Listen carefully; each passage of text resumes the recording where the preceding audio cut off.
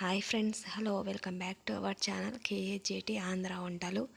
ఈరోజు వీడియో వచ్చేసి బూందీ అండి. స్పైసీగా బూందీ తయారు చేసుకుందాం. వీడియోని చివరిదాకా చూడండి, పూర్తిగా అర్థమవుతుంది.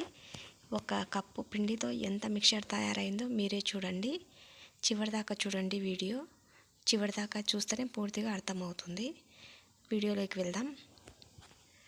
ముందుగా వచ్చేసి నేను ఒక పిండి కలుపుకోవడానికి ఒక గిన్నె పెట్టుకున్న.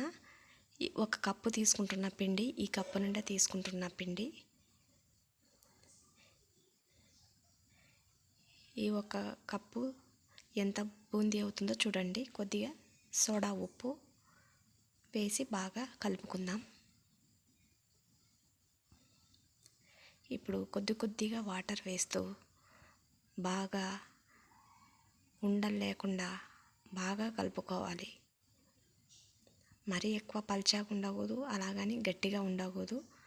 గంట జారుడుగా ఉండే విధంగా కొద్దిగా వాటర్ వేస్తూ బాగా కలుపుకోవాలి.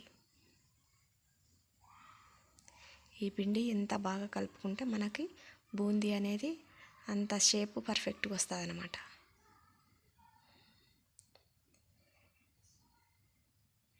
ఈ విధంగా బాగా కలుపుకోవాలి.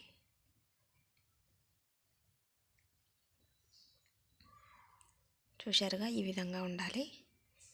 ఇప్పుడు బూందీ కోసం వచ్చేసి ఇటువంటి గరిటె ఉంటుంది కదా అందరింట్లో, ఈ గరిటె సహాయంతో వేసుకుందాం. పిండి అనేది ఈ విధంగా గంట జారుడుగా ఉండాలన్నమాట. ఈ గంట సహాయంతో మనం పిండి వేసుకుందాం. డీప్ ఫ్రైకి ఆయిల్ పెట్టుకున్న, ఆయిల్ బాగా హీట్గా ఉండాలి. చూడండి, పిండి వేసిన వెంటనే పైకి రావాలి, ఇంత హీట్గా ఉండాలన్నమాట. ఇప్పుడు ఈ గరిటె సహాయంతో కొద్దిగా పిండి వేసి తట్టుతూ ఉండాలన్నమాట. మనం ఏం చేయాల్సిన అవసరం లేదు. ఫస్ట్ కొద్దిగా పిండి వేస్తే అదే చిన్నగా జారిపోతుంది. అంతగా అయిపోయిన తర్వాత చివరిగా ఉన్నప్పుడు కొద్దిగా కదపాలన్నమాట. ఈ విధంగా కదిపితే మొత్తం పిండి మొత్తం కిందికి జారిపోతుంది.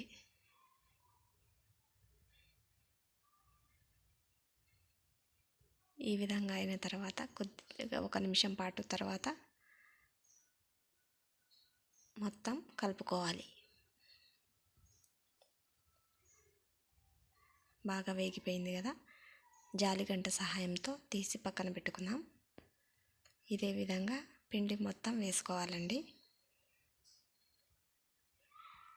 కొద్దిగా మనం ఎంత ఆయిల్ తీసుకున్నామో ఆయిల్కి సరిపడినంత వేసుకోవాలి. అంతా వేసుకోకూడదు, నిండా వేసుకుంటే కూడా సరిగా వేగవు అనమాట. కాబట్టి తగినంత, మన ఆయిల్కి సరిపడా తగినంత వేసుకోవాలి. మొత్తం పిండి మొత్తం అయిపోయింది. చివరిగా వచ్చేసి పల్లీలు వేయించుకోవాలి. వాటిలోకి మిక్చర్లోకి చాలా టేస్టీగా ఉంటాయి. పల్లీలు కాస్త వేగిన తర్వాత కొద్దిగా జీడిపప్పు వేసుకోవాలి. జీడిపప్పు కూడా కొద్దిగా కాస్త వేగిన తర్వాత కొన్ని పుట్నాల పప్పు అండి, కొన్ని పుట్నాలు వేసి బాగా వేయించుకోవాలి. బాగా వేగాక కదా, వీటిని పక్కకు తీసుకున్నాం. అదే ఆయిల్లోనే ఒక 7-8 వెల్లుల్లిపాయలు పొట్టు తీయకుండా కొద్దిగా స్మాష్ చేసుకోవాలి. అందులోనే గుప్పెడు పచ్చి కరివేపాకు వేసి బాగా వేయించుకోవాలి. ఈ ఫ్లేవర్ చాలా టేస్ట్ ఉంటుందండి, తప్పకుండా వేసుకోండి. బాగా వేగిపోయాయి కదా, వీటిని కూడా పక్కకు తీసుకుందాం. ఇంత మిక్చర్ అయింది చూడండి, చూశారుగా మీరే. ఇప్పుడు ఇందులోకి మన స్పైసీకి తగ్గట్టు ఉప్పు, తగినంత కారం వేసుకొని బాగా మిక్స్ చేసుకోవాలి.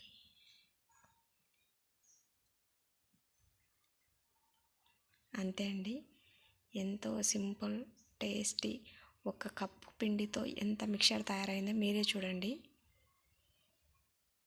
చాలా ఈజీ కదా. ఈ విధంగా ఇంట్లో చేసుకుంటే పిల్లలకి ఎంతో ఇష్టంగా తింటారు. వీడియో నచ్చిందా? నచ్చితే ప్లీజ్ లైక్ చేయండి, షేర్ చేయండి, సబ్స్క్రైబ్ చేయండి. Thank you for watching. Next వీడియోతో మళ్ళా కలుద్దాం.